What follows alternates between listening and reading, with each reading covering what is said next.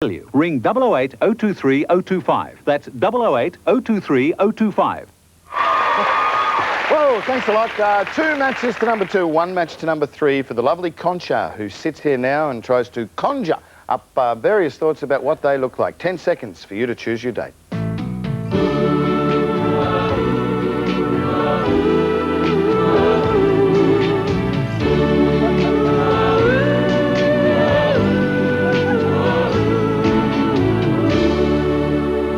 Concha, tell me what you're thinking, please. Because I'm Daddy's little girl and Daddy's a banker, I'll go with the guy in finance, number 2. Number 2! Well, 2 matches to number 2, and number 2's got the date. Daddy's a financer from Texas. You turned this man down. Contestant number 1, the aerospace engineer. This is Mike Von Berto. Oh, thought he was going to give you a kiss then. You did not choose number 3. He's a salesman. This is Dominic DiGiorgio. Pretty good, how are you? Dominic, you did choose... Oh, it smells some sort of aftershave. You did choose contestant number 2, and he is a finance consultant. He enjoys relaxing. He likes relaxing on his beanbag. Actually, he likes listening to opera. Concha Ramsey, please meet Paul Walker. Oh,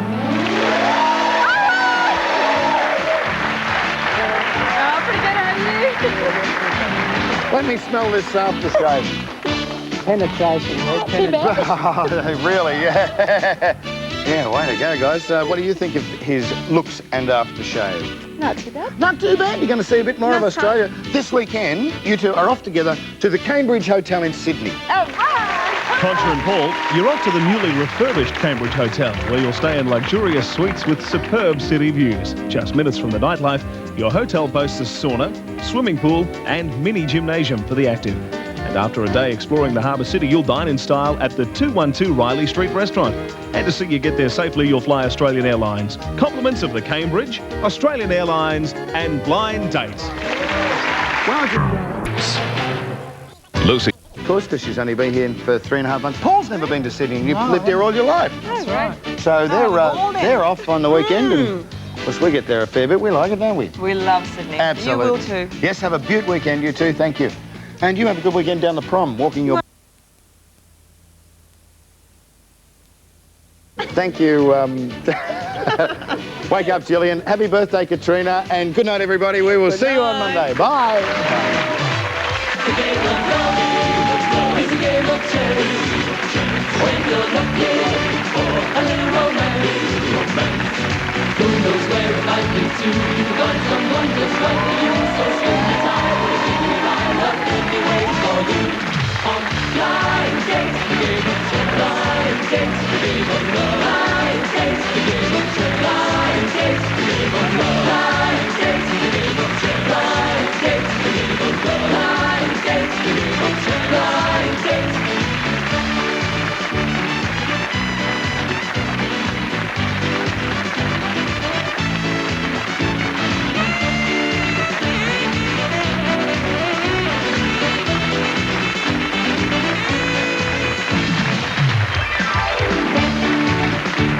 Blind Date is a Grundy television production for 10, the Entertainment Network. Craig Huggins here. See you Monday. The environmental crisis. Can we learn from our mistakes? The Arctic is one of our last great unspoiled wildernesses. This is the final challenge.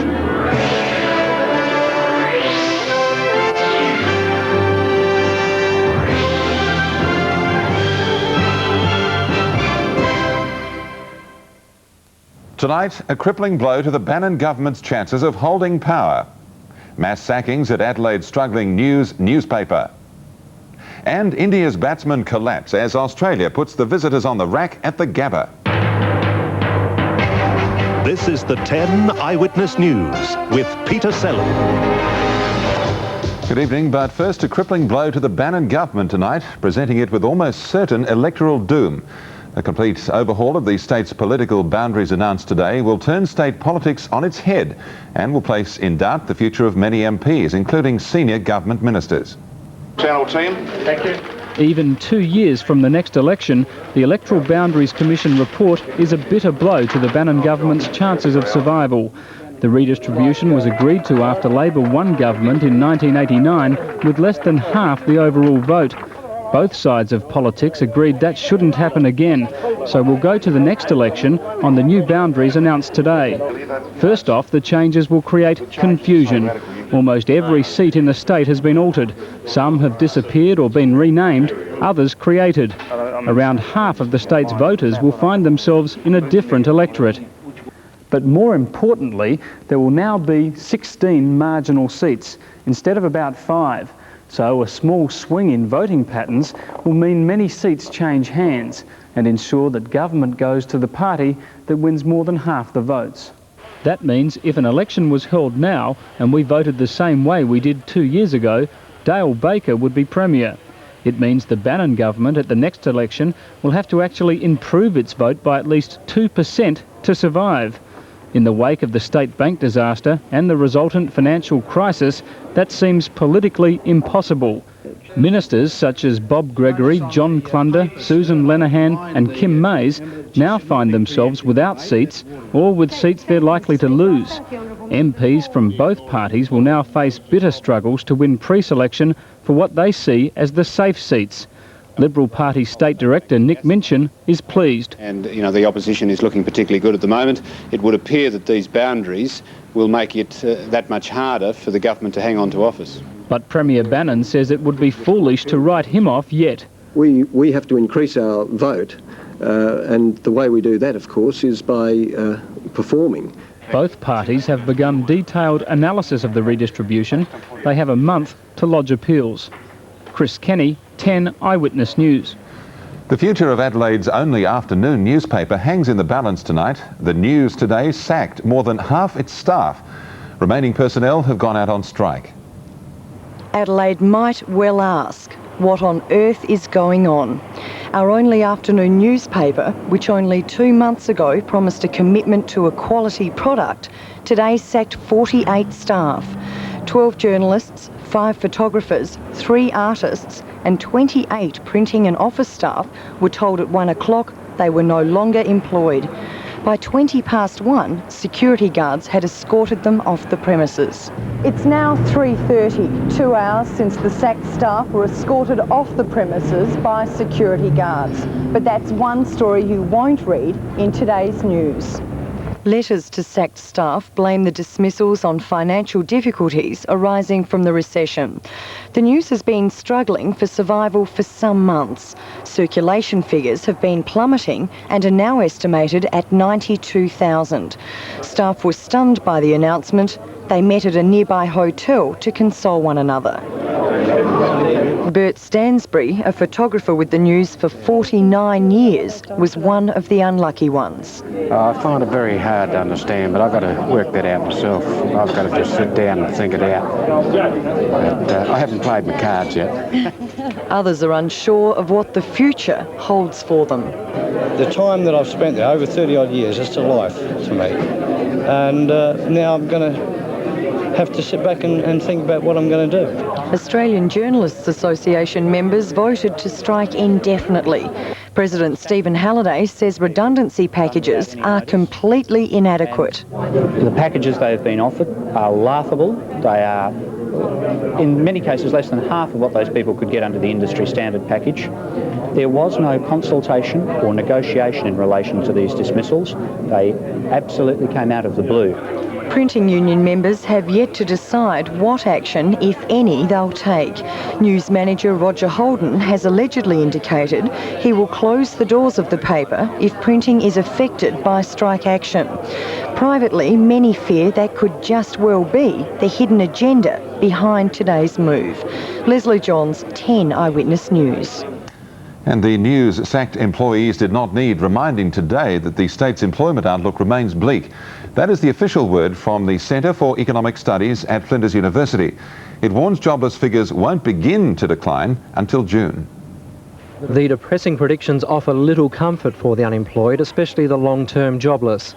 The prestigious Centre for Economic Studies sees no reason to change its original forecast of 11% unemployment in 1992. And school leavers will inflate jobless ranks when they peak early next year. It's partly that, but it's also just the employment numbers actually lag the state of the economy generally. So it's a response to the fact that the economy has really just bottomed out.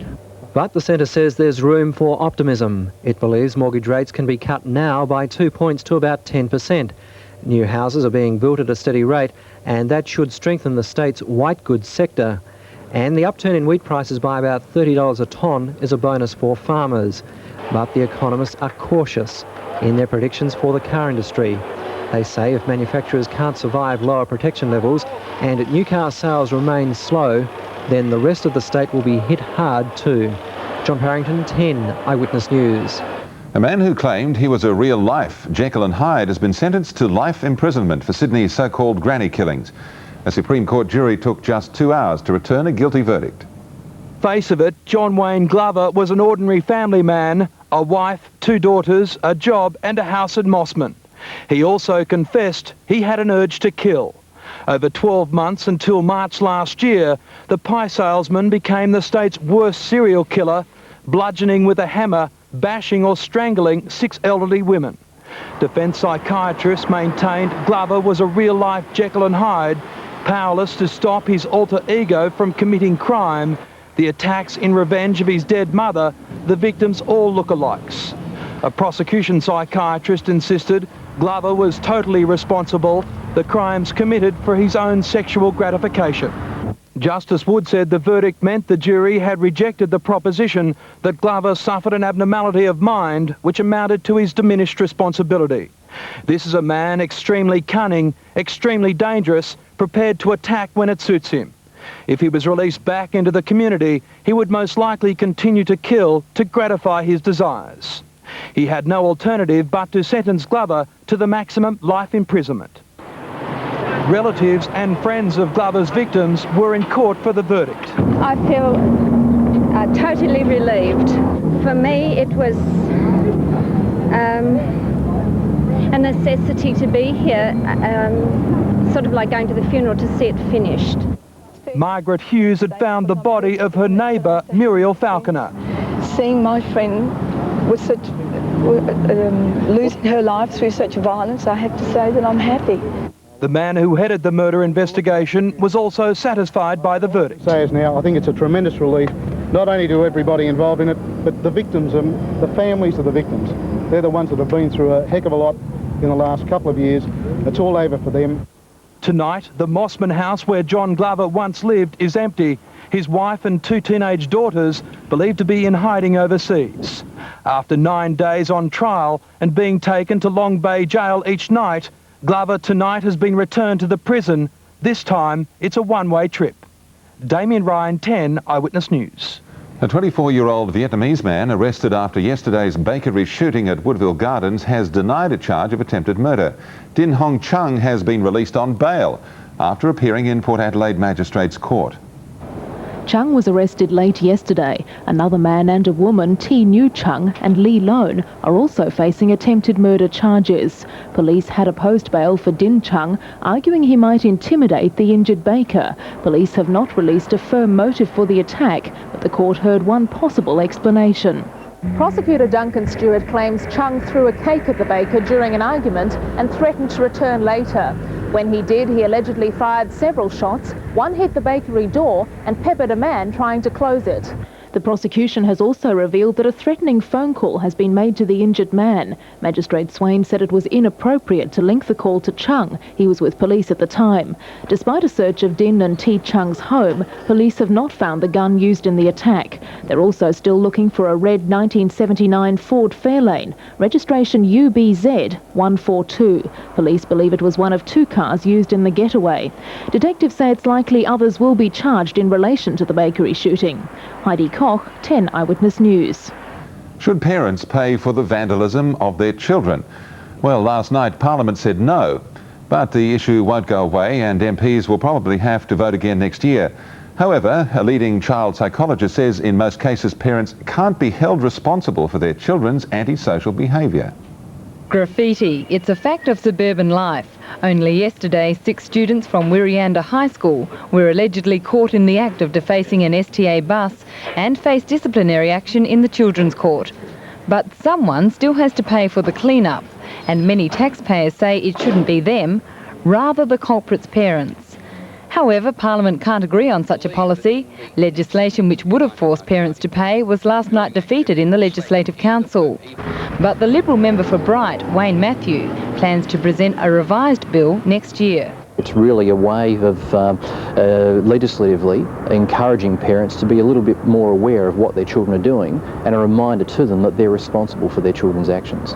Child psychologist Dr. Alan Russell says it's unfair to blame parents when many other factors such as peer group pressure, inherited characteristics and socio-economic conditions are usually far more influential on a child's behaviour than upbringing. Many professionals have had not very much success with dealing with this, but apparently we're going to say that parents should be successful at it. I think the government ought to be able to tell them how to do it. Dr. Russell says the government needs to look at the full social picture instead of reacting in such a knee-jerk way just to please voters. Carolyn Jones, 10 Eyewitness News. Crime has emerged as the issue of greatest concern to Adelaide people, according to a government report. The study, conducted as part of the ambitious Metropolitan Planning Review, contains suggestions on how the community's safety can be improved. Police believe the man confronted Deborah, struggled with her, then fatally wounded her. Over the weekend, a gang of youths bashed a railguard.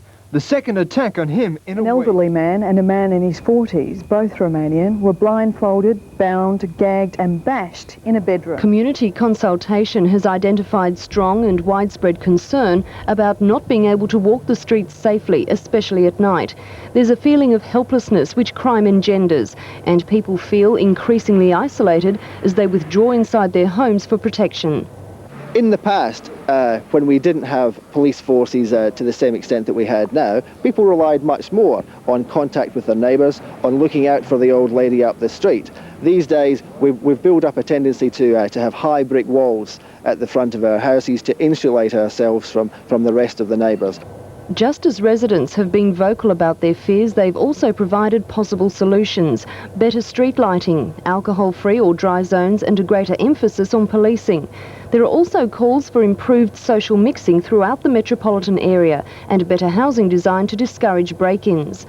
The planning review is the first comprehensive revision of metropolitan Adelaide in 30 years. Once complete, it'll pave the way for Adelaide's future for the next 3 decades.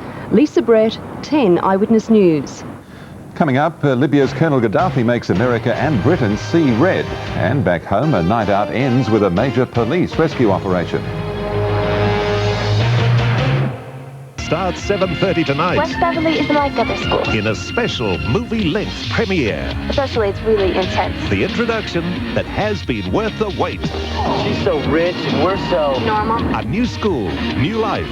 Don't tell Mom. For Brandon and Brenda tonight, Beverly Hills 90210. The problem with most small video cameras, uncontrollable shakes. But now, Panasonic's new digital gyro movie takes out the shake, even on the move. This new Panasonic VHS gyro movie also features high-speed digital autofocusing, 12 times digital zoom, and unique digital snapshot recording. Just how you like it. Stirred, not shaken. The all-new digital gyro movie. New life, Panasonic. We're living in a great big country. There's so much for you